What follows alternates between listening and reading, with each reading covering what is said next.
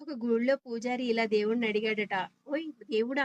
నేను ఎప్పుడూ నీ దగ్గరే ఉంటాను. ఎప్పుడైనా ఒకసారొచ్చి ఒక కొబ్బరికాయ కొట్టిపోయే వాళ్ళందరినీ దీవిస్తూ ఉంటావు. నన్ను మట్టుకి ఎందుకు దీవించటం లేదు? రోజు నేను నీకు పూజలు చేస్తూనే ఉంటాను. నైవేద్యాలు పెడుతూనే ఉంటాను.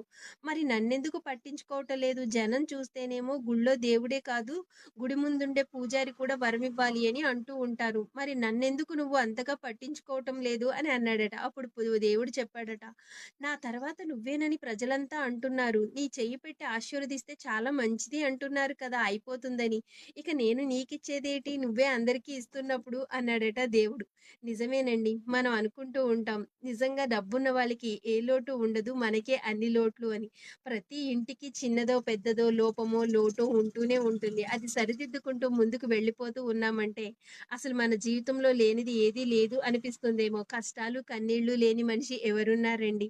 ఉన్నవాడికి ఉన్నంతుంటే లేనివాడికి లేనంతుంటుంది. కానీ లేనివాడు మర్చిపోయి ప్రశాంతంగా, హాయిగా పక్కవారిని పలకరిస్తూ, ఉదయాన్నే లేచి తన పనులు తను చక్కబెట్టుకుంటూ సంతోషంగా జీవిస్తూ ఉంటాడు. ఉన్నవాడు కూడా ఉదయాన్నే లెగుస్తాడు. ఆరోగ్యం కాపాడుకొని, ఇంకా తను సంపాదించిన డబ్బుని బయట పోకుండా కాపాడుకోవడానికి జిమ్ములకెళ్ళి ఆరోగ్యం తెచ్చుకోవడం కోసం. మన శ్రమే మనకు మంచి పెట్టుబడండి. మన శ్రమే మనకి మంచి ఆయుధం కూడా. మన శ్రమే మనకి ఆరోగ్యం కూడా. లేనివాడి ఆరోగ్యం శ్రమే. ఆ శ్రమ